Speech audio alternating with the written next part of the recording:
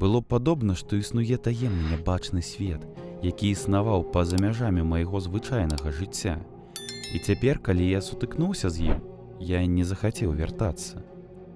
Мяне не папракнулі на працы, але было нейкае напружанне, калі я прыйшоў у пятніцу. Яны б не зразумелі, скажы я праўду. Я хацеў бы паглядзець, як яны адрэагуюць, калі на парозе атрымаюць начную газету. 23:50. Я сядзеў на сваім ганку. Уваходныя дзверы за мной, вітальны дыванок у некалькіх футах перада мной. Я памяняў лямпачку ўверсе на новую на ўсялякі выпадак. У 23:55 валасы на шыю сталі.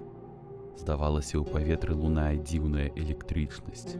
Быў і халадок. Такое адчуванне, што яно пранікае глыбей пад маю скуру і нібы ахутвае косці.